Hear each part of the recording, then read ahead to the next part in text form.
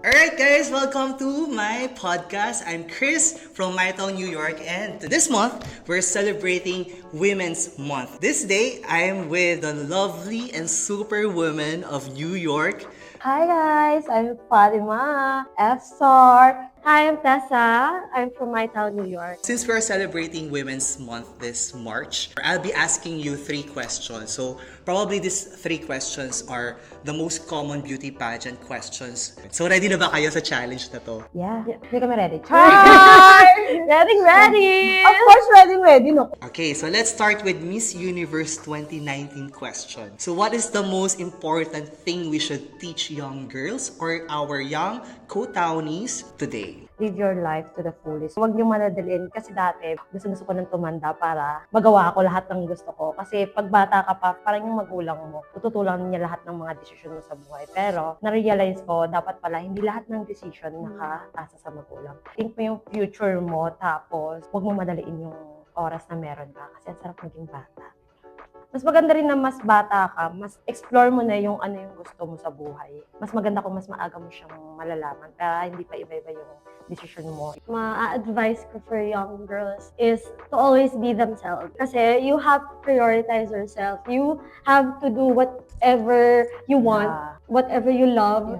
And makukuha mo yun if you prioritize yourself and be yourself. I think mas comfortable ako right now nung inaccept ko kung ano talaga ako. Mas naging comfortable ako with my own skin once na tanggap ko who I really am. Generation nowadays, parang they're all accepting than the previous generation. Or ngayon parang normal na sa atin yung dark skin, di ba? Before parang gusto natin magpaputi lagi, ganyan. But now, we're adapting to ano talagang meron tayo. Like, we don't care kung curly hair ka. We don't care anymore if you're dark skin or moreno. So now, let's move on to our second question. So this is Miss Universe 2021 question. So, how can women best handle body shaming? For me, wala akong pakialam sa inyo. Kasi nung payat ako, na-stress akong tumaba. Tapos nung tumaba ako, na-stress ako kasi parang natin nakikita ko ang sexy. Pero for me, wala akong pakialam. May pangkain ako. Wala kayo. Kung gusto ko naman maging sexy, magiging sexy talaga ako kung gugustuhin ko. Confidence is the key, di ba? Oo. Ikaw nga, magkaiba kasi kami ng Baligtadan Oo. sa aming situation. Yeah. As in, siya, gusto niyang tumaba, tapos ako gusto kong pumayat. In a healthy way naman, kung bakit gusto mo magpapayat, gusto mo maging strong. Iba-iba kasi yung reason kung bakit gusto mong pumayat. Yung iba gusto lang to boost their confidence, tapos yung iba naman, gusto nila maging healthy. Sa akin naman, parang both siya, pero kung kaya ko naman pumayat, na-try ko naman, naging payat naman ako, so parang na-experience ko naman maging payat, kaya okay lang. Tapos ngayon mataba na ako. Hindi naman ako masyadong mataba, medyo lang, may laman. At least mataas ang confidence ko. So, ako, dati sobrang payat. And it's one of my insecurities. Kakakain namin. So, thank you, Star. Kasi nag-gain ako ng weight. Plus, I think, nakatulong din yung finding my personal fashion style when it comes to overcoming yung body shaming or like body insecurities. Kasi once I did find my fashion style, kung how I dress myself, dun ko rin nakukuha yung confidence ko. So, kung payat man or like nag-gain ng weight or whatever, hindi ko na yun masyado iniisip dahil confident. I mean, naging confident ako compared with my previous younger self. Actually, dyan papasok yung sinabi ko earlier na once you accepted who you are, hindi na problema sa'yo kung ano yung body shape or body type mo, right? It's like for you, tinanggap mo na before, payat ka, ngayon may laman ka. You accepted it na already. Confidence ka with your body. Plus, nag-iiba na yung notion ng beauty ngayon. Because before, dito sa Pilipinas, ang maganda is maputi, hard, sexy. But now, yung notion ng beauty in this generation, nag-iiba. Thank you, Natin Lustre, for boosting the morena. Ano yun? And then Heart Evangelista for the petite girls. So, Ito, another question from Miss Universe 2021.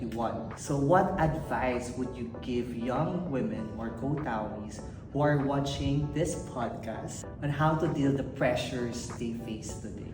oo, naka-pressure. Hindi, I mean, parang every generation, palala ng palala yung pressure na nararamdaman ng kailangan ko na maging ganito, kailangan ko na maging ganyan. Yung kaibigan ko, may bahay na, may lupa na, ako nandito pa rin. Oh my God. Lagi naririnig ko, like, sana even me, like, pag nakakita ko yung mga friend ko na naipundar na. Kasi sa edad natin to, kailangan talaga, parang naging culture na kailangan may naipundar na ganito, na ganyan. Hindi mo mawawala sa isip mo or sa'yo na ma-pressure. Kasi nga, time is gold, yung iba, nagmamadali na. Pero para sa akin, to handle that kind of situation, darating at darating yung para sa'yo. Kasi naniniwala ako, bawat tao, may kanya-kanyang swerte. Parang ako, siniswerte, char.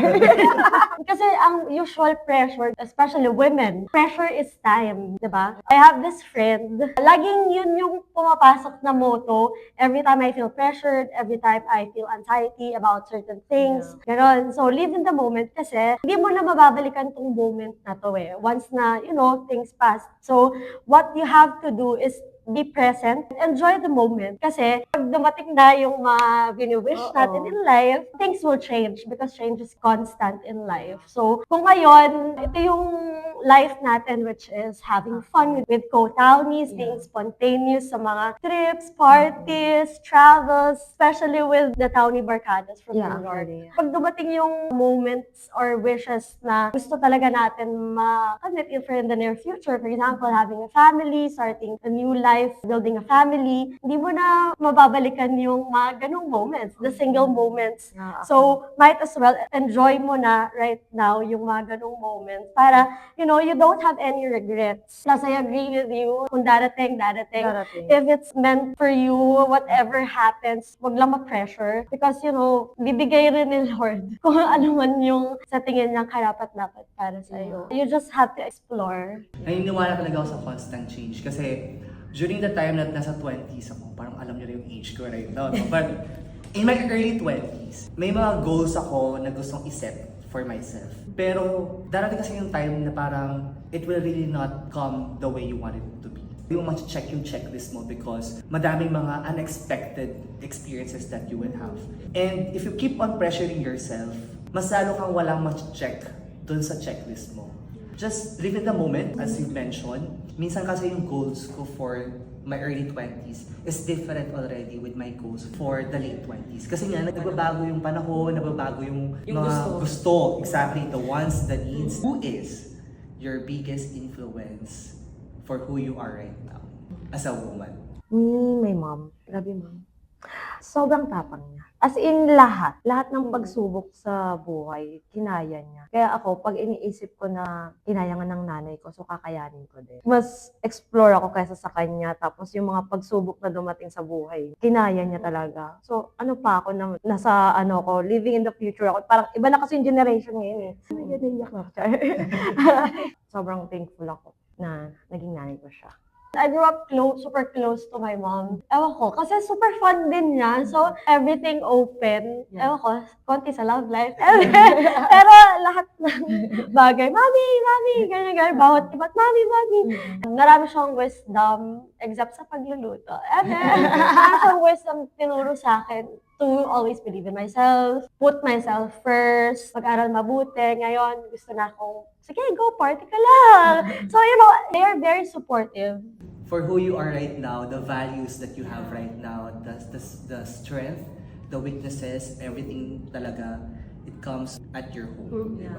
Kasi kung wala yung biggest influencer in your, which is your mom, I think you will not be here. You will not be here standing with your 2 feet fighting for your goals in life, diba? So I'm so proud of you guys. Talagang, I'm always there at your back, in your journey here in my town. And I think sobrang amazed din ako kasi you guys are risk taker, fight for what you really like. Strong woman talaga kayo. And thank you so much, guys. And thank you, Townies, for watching. And I'll see you on my next episode. Thank you, Tessa. Thank you, Fatima.